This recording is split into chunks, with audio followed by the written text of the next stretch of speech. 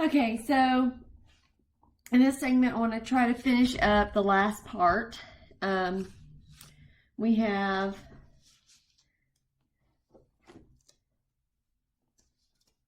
let's see if I can find my page here that I have. All right, we have tetanus that we'll start off with.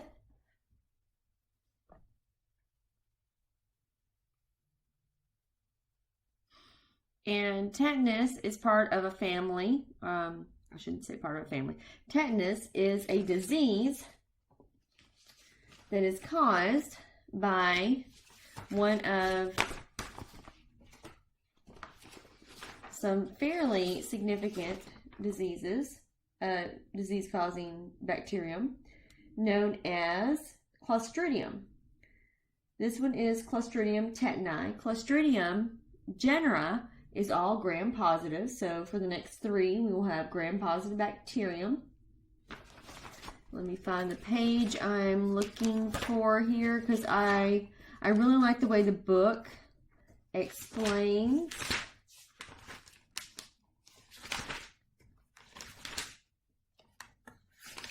your disease here.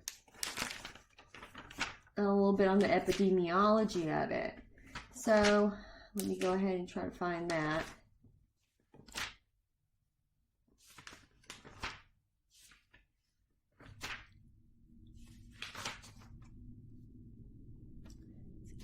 There we go. Clostridium. Clostridium starts on page 562. If you're in the old textbook, I want to say it's going to be 555. But this starts on page 562 with Clostridium and the different diseases. The first one I want to talk about is Clostridium tetani, which is a really good example of what's going to happen at your neuromuscular junctions on page 566. Let me see if this, yeah. So what's going to happen is your muscles get overexcited by the fact that Clostridium tetani is going to force release of acetylcholine. Well, we understand when we release acetylcholine at the neuromuscular junction, this causes excitation of the muscle. And the muscle will then constantly stay contracted. So imagine every muscle in your body constantly contracted at a constant rate, never relaxing. What's eventually going to happen? Your lungs are going to cease to be able to function because your diaphragm is going to give out. There's only so long that it can constantly stay contracted, and the muscle's going to,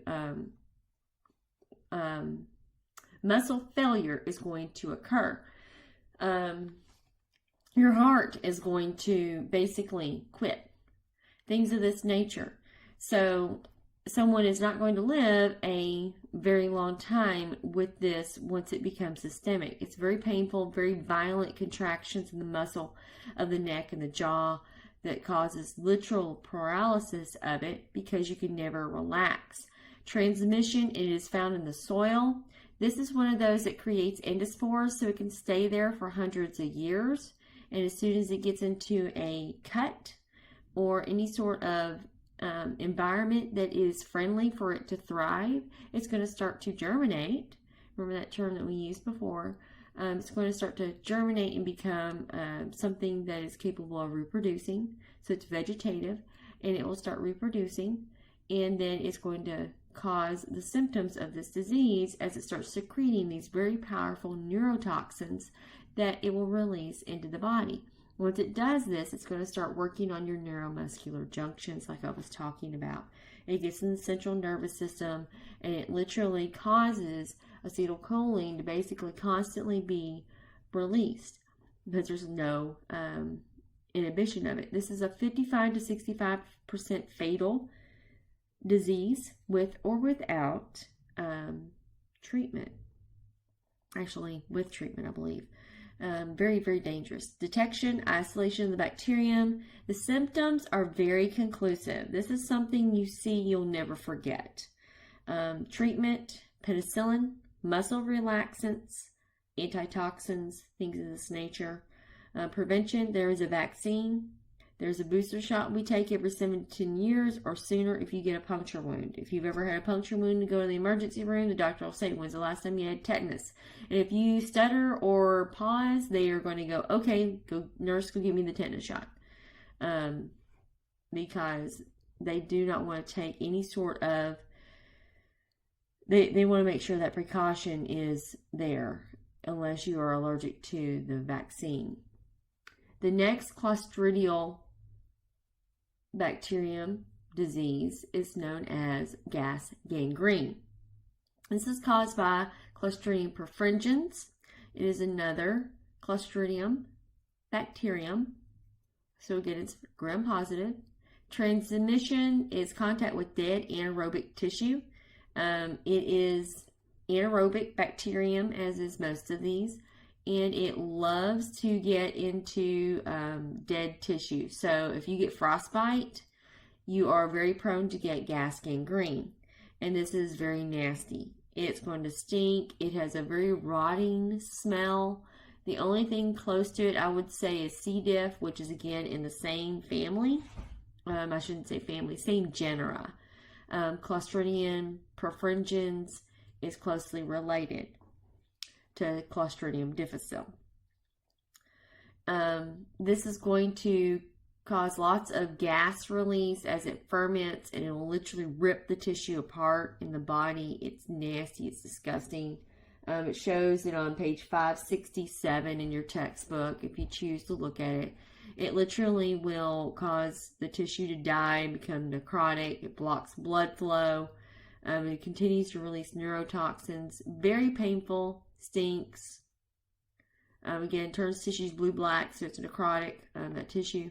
It's going to produce specific enzymes. I'm not going to go through those. I'm just going to sit here and tell you that it produces these specific enzymes that are listed below that are going to cause problems with your body.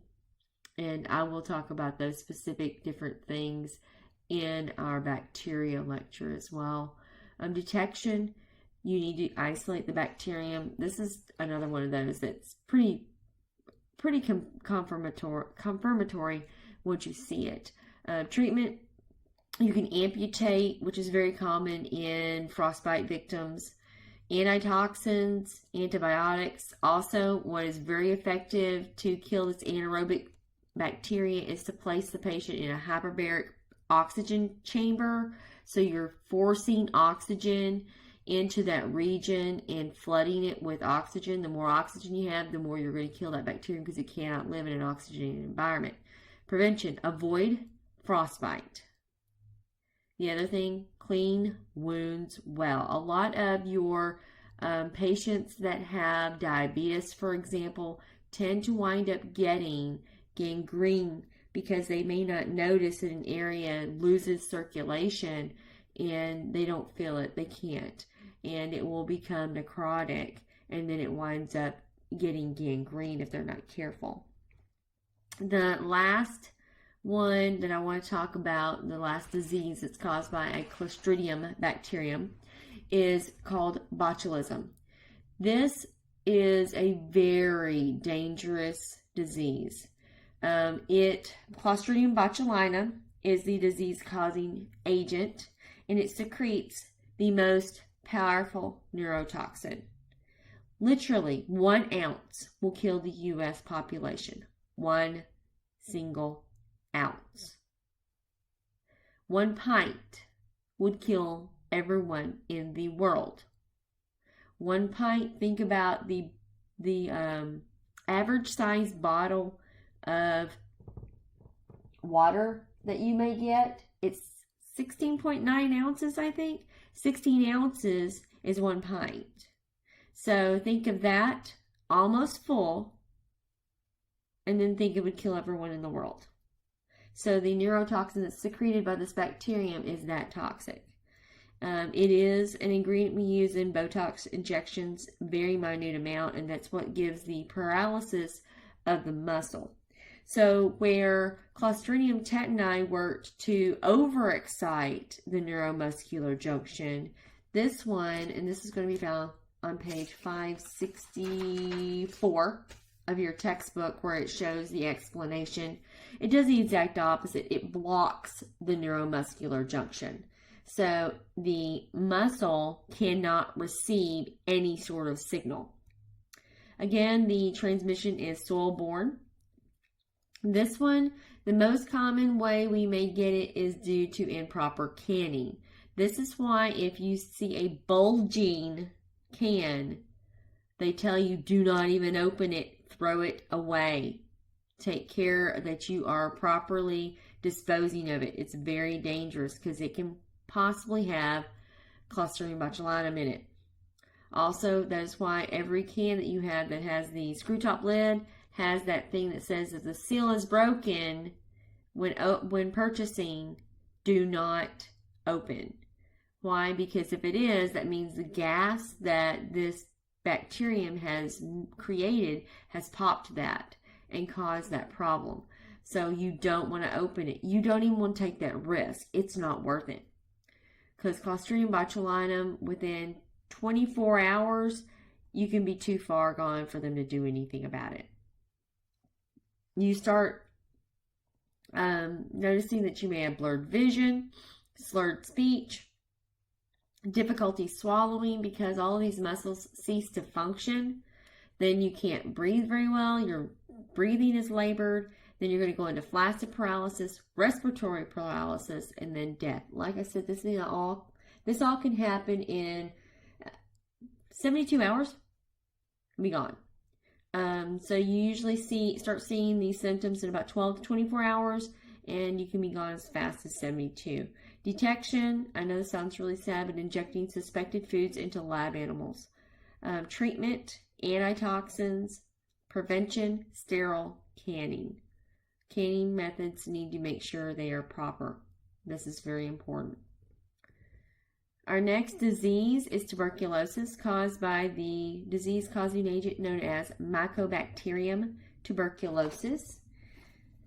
And Mycobacterium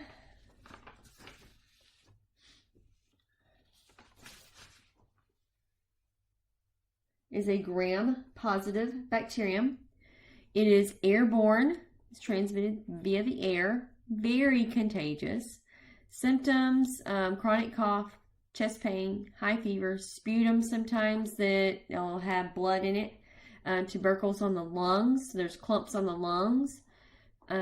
They'll do a lung scan sometimes of someone to identify it, and you'll see the clumps of white blood cells, salts, and fibrous tissue. Weight loss, night sweats, loss of appetite, and the lungs will literally just be eroded away eventually. Detection, they have a tuberculin test, time test, and chest x-rays. These tests, sometimes they'll do them and they may do a false positive, so then they'll give someone a chest x-ray to make sure that they don't have tuberculosis. Most of your nurses and things of that nature have to go through and do these tests on a regular basis. The treatment is very specific. They have treatment of with rifampin, streptomycin, isoniazid, PZA. These are not limited to these, but those are some common treatments. Prevention, there is a vaccine that is approved in Europe and other countries, but not in the United States.